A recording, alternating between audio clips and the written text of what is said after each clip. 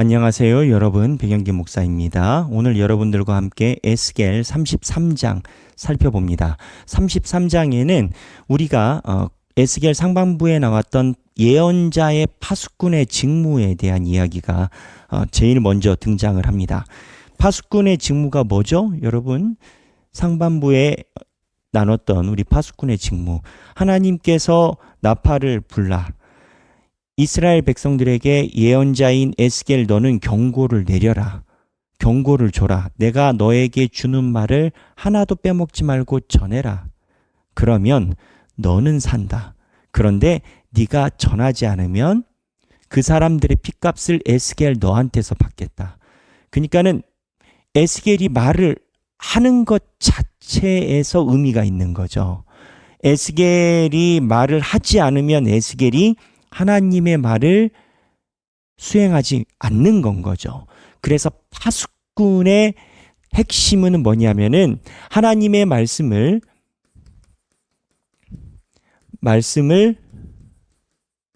그대로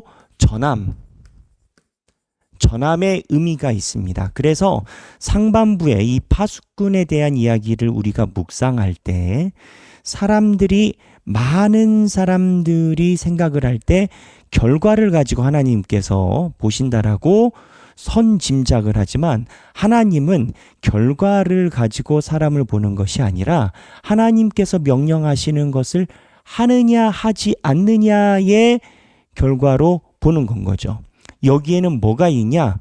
이 파수꾼 비유는요. 에스겔에게는 판단력이 없어요. 판단력이 사실은 없는 게 아니라 이 판단력이 하나님의 판단력과 동일시하는 거예요.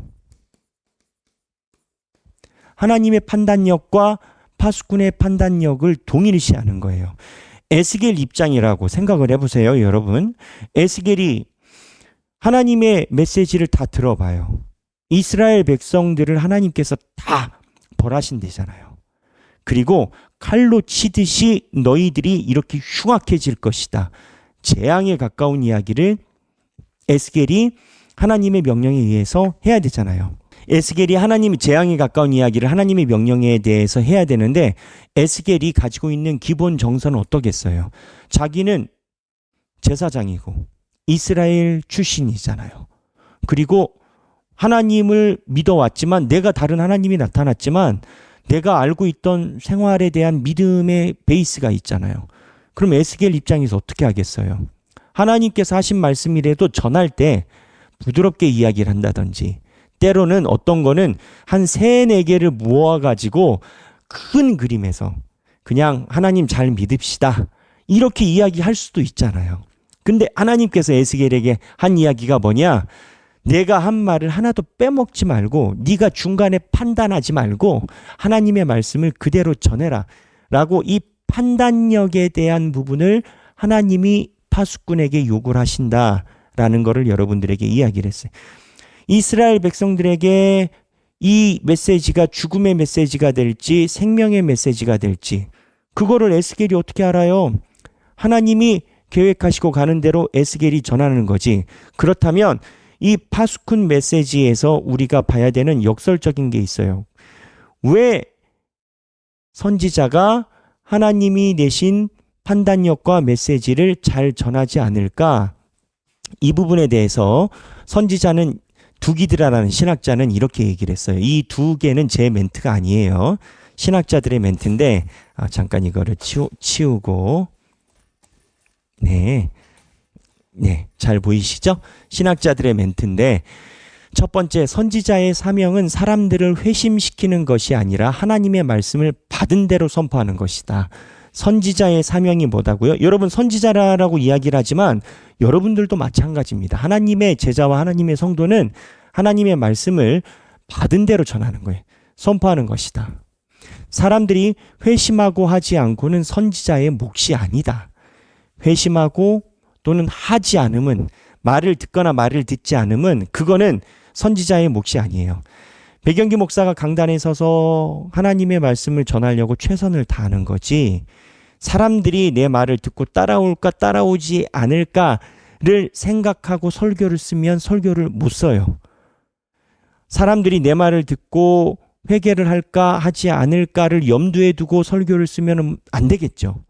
하나님께서 주신 말씀을 목사는 전할 뿐이고 성도도 마찬가지예요. 목자나 리더들도 마찬가지예요. 하나님께서 성경에서 이야기하시는 바를 성도들과 이야기를 할 때, 내가 이 성도랑 이야기를 할 때, 저 성도들이 이야기를 할 때 하나님의 말씀대로 전하는 게 필요하다는 거예요. 굳이 파수꾼의 비유가 목회자에게만 한정되는 이야기는 아니에요. 여러분들도 이제 예수님 이후에 예수님께서 오셔서 성령님이 내주 감동감 아시잖아요. 하나님이 하시는 말씀이 있고 이거에 대한 반응에 대해서 고민을 하는 것이 아니라 받은 말씀대로 선포하느냐가 가장 키워드예요. 하나님은 두 번째, 자기 종들을 사역에 성공하라고 부르신 것이 아니다. 하나님이 종들에게 원하는 것은 신실합니다.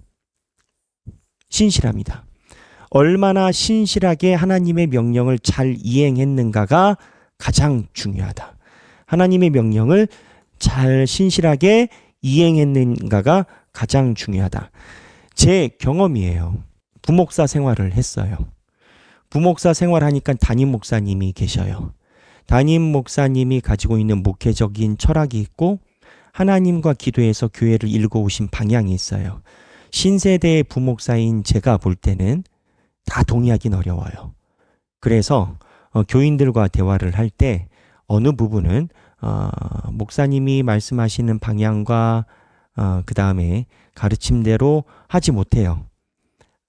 안 하는 목사들이 있어요. 저도 뭐 초반에 그랬던 적도 없지는 않겠죠. 근데 나중에 그거를 깨닫게 됐어요.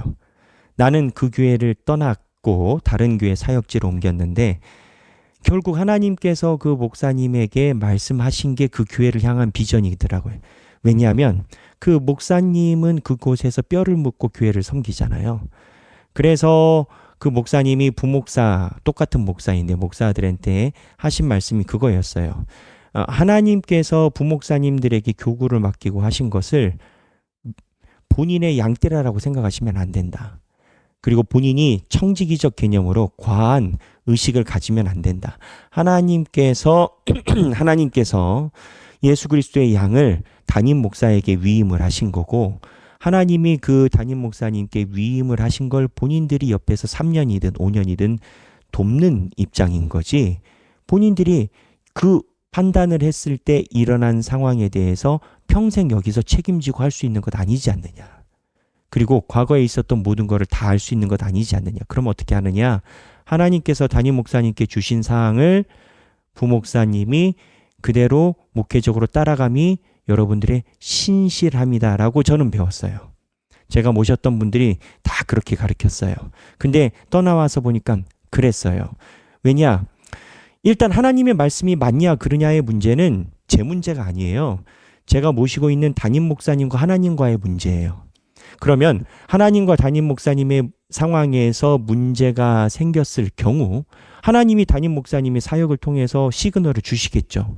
그럼 나는 그 담임 목사님을 통해서 부목사인 제가 그 교회 비전을 돕는 입장인 건 거죠. 이 얘기를 왜 하느냐? 담임 목사님 하나님께서 담임 목사님에게 주신 말씀을 담임 목사님도 결과와 상관없이 신실함으로 선포를 하고 하나님의 말씀을 전하는 데에서 그쳐야 된단 말이에요. 근데 부목회자가 그 상황에서 하나님께서 전해주신 것을 잘 전해줘야 되는데 부목회자가 나도 목사라고 목사님의 생각과 다르지라고 생각을 해서 중간에 잘라먹거나 목사님께 전하지 않거나 때로는 목사님이 전하라고 한 거를 반감시키거나 이랬을 경우 그게 신앙적으로 굉장히 충돌이 되는 걸 제가 느꼈어요. 무슨 얘기냐? 여러분, 그 하나님을 말씀에 받은 대로 선포한다라는 이 메시지는 목회자에게만 해당되지 않는다라는 거예요. 이 구조는 현대 교회에서 또 목사님과 목자의 구조에서도 이 구조를 가지고 있어요. 결국 하나님께서 흘려주시는 그 메시지를 전하고 그 교회를 일궈감에 있어서 중간에 뭐가 가장 어려움을 갖고 있냐? 사람들이 개개인적으로 갖는 판단력이 언제나 어려움이 돼요. 부목회자가 제가 섬겼던 한소만 교회가 목사만 30명이었어요. 목사만. 그러면 거기에서 교구 목사가 한 20명 됐거든요. 이 20명 정도 되는 교구 목사가 본인이 소견에 오른 대로 담임 목사님의 목회 비전을 무시하거나 반감시키거나 우선순위를 낮게 여겨서 본인이 소견에 오른 대로 교회를 섬겼다 쳐봐요.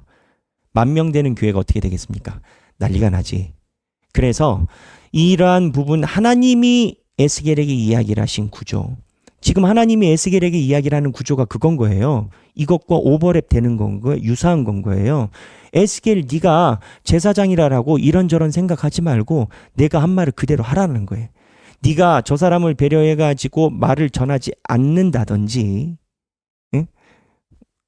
그렇게 되면은 내가 핏값을 너한테 찾는다라는 거예요. 그 모든 배경에는 하나님이 전하라고 한 말에 에스겔 네가 판단을 갖지 말라라는 거예요. 이 판단에 대한 문제가 어디에서 발현했냐?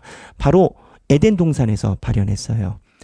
아담이 선악과를 따먹고 나서 하나님을 선악을 분별할 줄 압니다. 판단력이 된 거거든요. 하나님의 말씀은요. 우리가 이게 시시비비로 맞다 해서 하나님의 말씀을 받아들이는 게 아니에요. 성경 말씀은요. 나 외에 다른 신을 섬기지 말지니라 라고 하나님이 얘기를 하셨잖아요. 이게 시시비비가 공정하기 때문에 우리가 하나님의 말씀을 순종하는 게 아니에요. 하나님의 말씀이니까는 우리가 판단하지 않고 주님 앞에 순종하는 건 거예요. 근데 이 구조가 굉장히 현대인들에게는 부담스러울지 모르나 실제적으로 제가 비트겐슈타인을 포함해서 많은 철학자들의 이야기를 강단에서 이야기를 했지만 이 모든 구조가 사실은 기본적인 인간의 베이직에 있는 절대 진리라고 여기는 것은 받아들임에 있어요. 부모가 자식을 사랑해야 돼요. 자식이 부모를 공경해야 돼요. 모든 인류의 보편적인 선입니다. 그런데 그게 왜요? 왜? 꼭 그래야 돼요? 동물 중에는 부모가 자식을 낳고 남자인 배우자인 파트너를 잡아먹는 동물도 있어요. 사마귀. 그 다음에 코모도로에 있는 도마뱀 같은 경우는 굉장히 악어처럼 큰 도마뱀인데 기근이 오거나 먹을 게 없으면 자기 자식을 먹어요. 그러면 자식이 부모를 공격하는 경우 동물들도 있어요. 그러니까 무슨 얘기냐? 부모가 자식을 사랑하고 자식이 부모를 사랑하는 것이 왜요를 할 때 이게 비교, 대차, 대교에서 그게 맞기 때문에 효도가 있고 자녀 사랑이 있는 게 아니다라는 거예요. 인간의 사고체계는 베이직에 기본적으로 받아들임이 있다라는 거예요. 하나님이 얘기를 해요. 내 말씀을 그대로 전하라라는 거예요. 내 말씀을 분석하라라고 얘기를 하는 게 아니에요. 내 말씀을 하나님이 전하라는 거예요. 전하라면 전해야지 사람들의 반응을 보고 나팔을 살짝 불었다가 안 불었다가 세게 불었다가 이러면 하나님이 볼 때 중간에 유통이 안 되는 거예요. 유통이 단절되는 거예요. 그래서 하나님의 말씀을 가지고 있는 자는 하나님의 말씀을 온전히 전할 때 제일 먼저 걸리는 게 자신만의 소견에 오른 대로의 판단력입니다.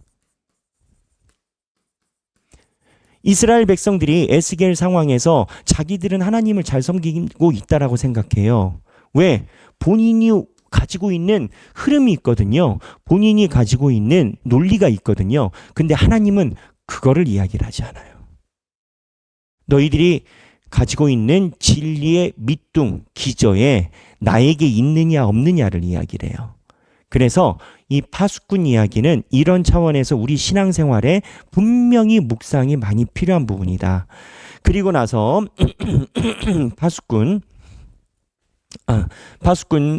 묵상이 많이 필요한 부분이다라고 이야기를 해요. 오늘 33장 1에서부터 20절만 봐야 되겠어요. 33장 1에서부터 20절까지 이 파수꾼의 첫 번째 파수꾼 내용인데, 자, 그러면 생각하기 33장 1에서부터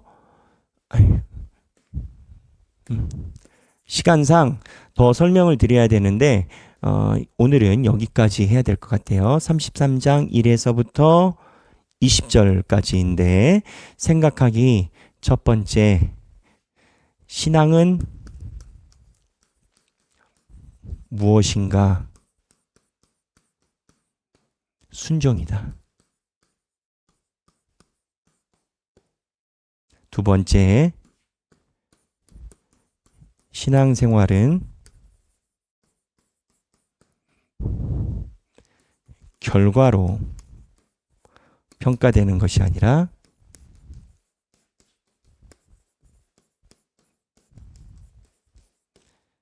말씀 그대로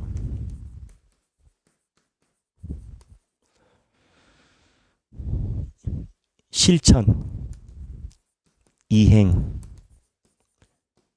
순종을 했는가로